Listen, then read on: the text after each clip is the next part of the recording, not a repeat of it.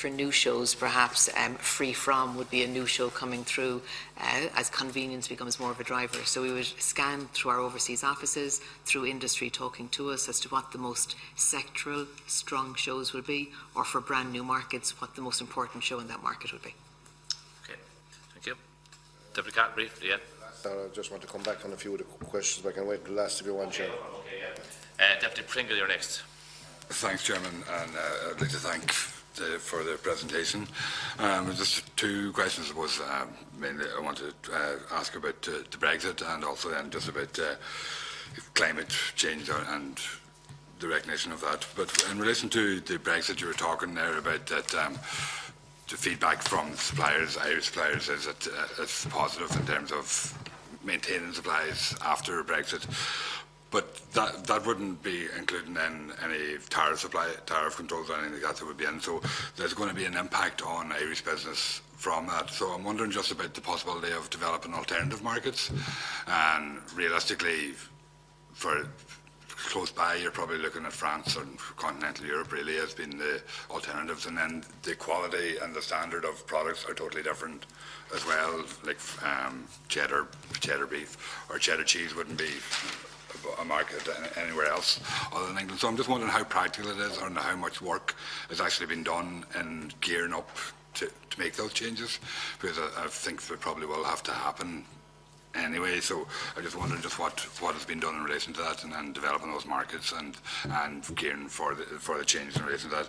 And also you're saying just that the UK represents 35% of marketplace. I'm wondering just the next highest, who would that be, and how much they would be in terms of percentage wise as well. I just wanted to ask you just in relation to climate change and that. I was very interested in your presentation, the talking about Origin Green there, and working, explaining how that works in it, and that climate change and sustainability was a totally different section of the presentation. I would have thought it would have been Origin Green would have been actually part of the climate change would have been in there, and that's where it would be. So I'm just wondering, in my mind, Origin Green should be the climate change or protection for the food sector, and I'm just wondering, is it? And how is it? Why is it making up two different sections of the presentation? And how is climate change and that they're feeding into Origin Green? Because I think that's vitally important. And is Origin Green just a marketing tool rather than an actual effective tool that will make a difference to producers and to the climate footprint that we have? Because either way, it's vitally important that Irish agriculture recognises climate change and recognises that it is an issue. Now, we can recognise that it's an issue and that our markets are developed, that we have to counteract that in some way in terms of, we accept that we have emissions here and we lower them somewhere else to counteract that or something like that. But at least we should be able to say it and be able to do it. I think that's very important. Because I know that some previous companies that had been had Origin Green marks were actually done by the Environmental Protection Agency for pollution and stuff like that. So how does that square in terms of the whole Origin Green project and the climate change as well? Thanks. Senator Daly. Thank you, Chair. Thank Tara for a comprehensive presentation. So just a couple of questions. You mentioned in your presentation about the market prioritisation study, and I'd have a couple of questions along the line. Now that you're out there and well established and you have developed so many markets, do you have any strategy with regards to developing new markets as opposed to extending or the extensification of existing markets, and what comparisons you may see there? Sometimes there's a saying out there, what we have we hold might be the best policy, and that if you can take your eye off the ball of looking after existing markets, trying to just up the number of new markets you have. And do you do any study on that, or have you a strategy in place as to which is yielding the best or the most development from exports? And is getting new markets up in the exports more, or is there more opportunity in maybe concentrating on developing existing markets? And I suppose to follow on some of the questions and some of the comments that have been made earlier with regards to the quality assurance and particularly the import maybe of grain in the whole Origin Green situation, how are you on full-out organic and what markets may be out there? And if you could source the markets, or if the markets are there and you could tap into them, is the supply sufficient supply here from, have we enough organic farmers, and if not, why not? And from what your experience is on the world market, we'll say going to the next step beyond Origin Green to full out organic, is there a future there for Ireland? And if so, what could we do to encourage more farmers to go that extra step and become organic? Thank you. Thanks, Senator. Senator Lombard. Thank you, Chair. I'd like to acknowledge the presentation. It's very, very capable and comprehensive presentation. Could I ask in particular, just literally in a few things, I think most of the topics have been covered. You're doing a review of your strategy from 2019 to 2021. I think the big kind of stumbling block in the agricultural industry at the moment is sustainability, and that entire model itself and where we're going. I know the Minister has mentioned and has talked extensively on this issue, in particular in the last 6 months. Will that be a major plank in your actual strategy going forward to make sure that Irish agriculture will be sustainable and the actual carbon footprint that's tied into it will also be monitored and so-called sustainable? I'd like your views on that if you could. I do think it should be acknowledged, and the actual investments, I think, to have 32, an increase in 32 in staff is a very, very significant figure. And I think that shows a great commitment into where Bord Bia is going and what's required for Bord Bia to do its job on an international stage. Could I ask in particular about the poultry side of things? I don't think you mentioned it today, and maybe I might get figures and an update on where we're going with the actual Origin Green and poultry. You gave us two very comprehensive figures regarding the dairy and the beef industry. I'm very interested in the poultry industry and how we're tied into that Origin Green effect. I think the dairy and the beef have been a phenomenal success, and I think down to every supermarket, it's very obvious that it's there. I wonder if the same take up there at the market level for the poultry industry itself. And do we have an issue with products coming to this Ireland being remodelled, maybe being processed and coming out not with the Origin Green label, but maybe Republic of Ireland label or something similar, or with a tricolour attached to it? Is that becoming a major factor in the actual poultry market itself? Having products coming in from maybe France and Germany, being chopped up, remodelled, repacked, coming out, not carrying the Origin Green brand, but is the knowledge there with the actual housewife or the person on the street that this is not an Irish product, that this is a maybe manufactured product to some degree? So I'm very interested in the poultry industry itself, where we're going with it and how we can actually close, if there are loopholes regarding marketing, that they could be actually tied up, in particular with the actual strategy that you're proposing to do from 2019 to 2021. Thank you, Chair. Senator Ms. McCarthy, back to you now.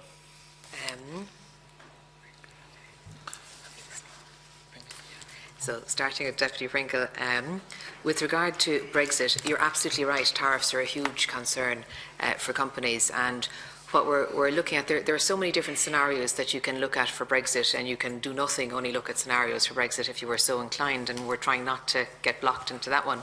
But what we are looking at is doing the risk analysis for companies, and we did last year a very significant piece of work called our Brexit Barometer, where we spoke to companies that represent around 70% of exports to the UK, and we spoke to them about their key areas of concern, and for their key areas of concern, you're absolutely right, were within their tariffs and the calculations of how you calculate tariffs or non-tariff barriers, looking at the supply chain and the complexity that they would add to their supply chain, because delays at borders would cause obviously new costs, whether those costs were on the quality of the product going down or adding to the cost of the lorry driver or the time that you had to put into it, and then obviously the route to market and any of the new challenges one might face or new competitors that one might face within that as well, and that puts aside to the challenge of currency and the volatility that's going in there. What we've been looking at in the tariff piece is helping companies calculate the tariffs, because for many of our exporters who would be predominantly exporting to the UK or even exporting to the UK and Europe, they would have no experience for the last many years of touching a tariff, and with two objectives in mind. Obviously, working at the risk, but also if we're looking at market diversification, we will need new skills in our industry, and the idea of going outside of the EU is going to be more of a realistic skill set that we will need to have in it. We have now brought in training and piloting a new training program with companies to understand how to work with tariffs and to make sure that that's bedded into their system. Is it something that's desirable or thought is helpful within the industry? Absolutely not. But is it a market reality that we need to know that we can deal with it? Absolutely yes, and it's with that lens that we're introducing it as a training program for companies. However, we're also looking at it from the perspective of if you import some of your product, it might be some of the ingredients that you use, that's a realistic threat as well. How do you calculate that tariff import to you? And what are the consequences from the VAT refunds, etc., and the cost of doing business for companies that Brexit may supply to them? So please don't get me wrong from the perspective that nobody's not worried about Brexit. There are multiple concerns when it comes to Brexit, but what we're trying to do is break it down into manageable, realistic chunks of what is the skill set or what can you do about it and what are the scenarios that may run risks for you. So from those scenario perspectives, obviously that leads to that market diversification project that we have looked at, and what we're looking at from that perspective isn't about let's all move to France or let's all move to Germany, because you're dealing with very different product categories and very different stories from within each product category.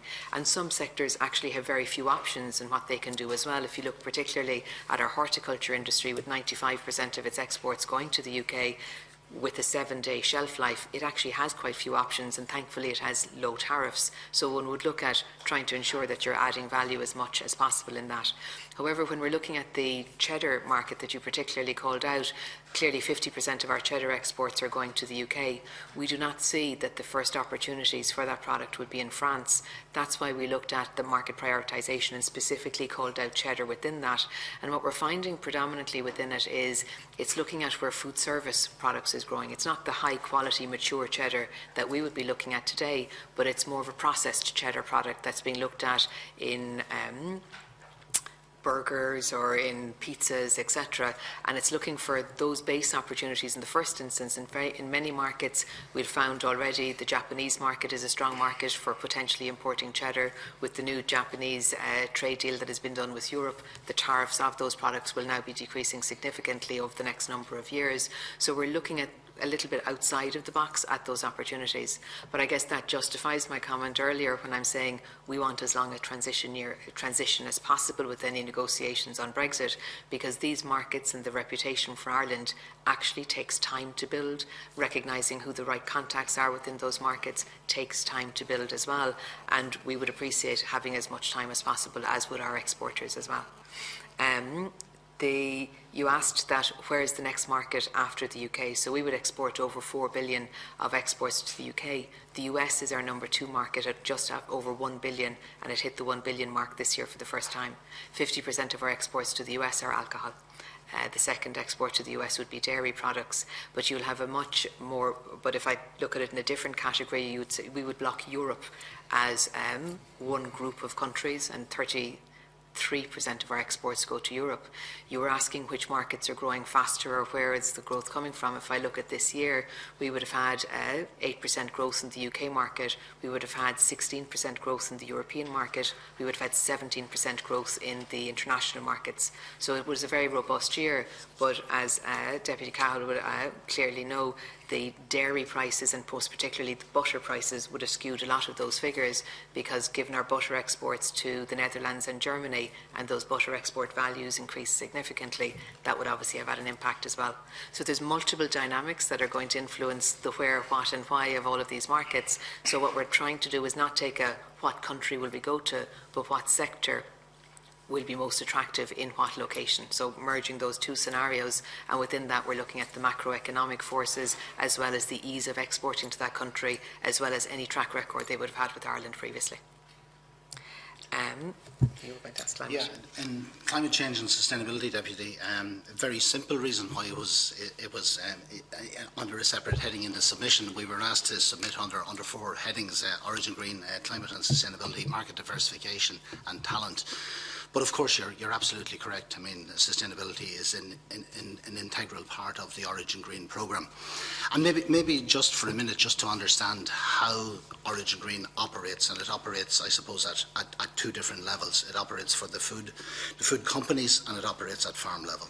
And at farm level, farmers are members of Origin Green by being part of our sustainable assurance schemes. So our quality assurance schemes with sustainability added into those schemes. And those schemes, with the schemes at farm level, farmers are required to give us data that allow us to calculate the carbon footprint on those farms.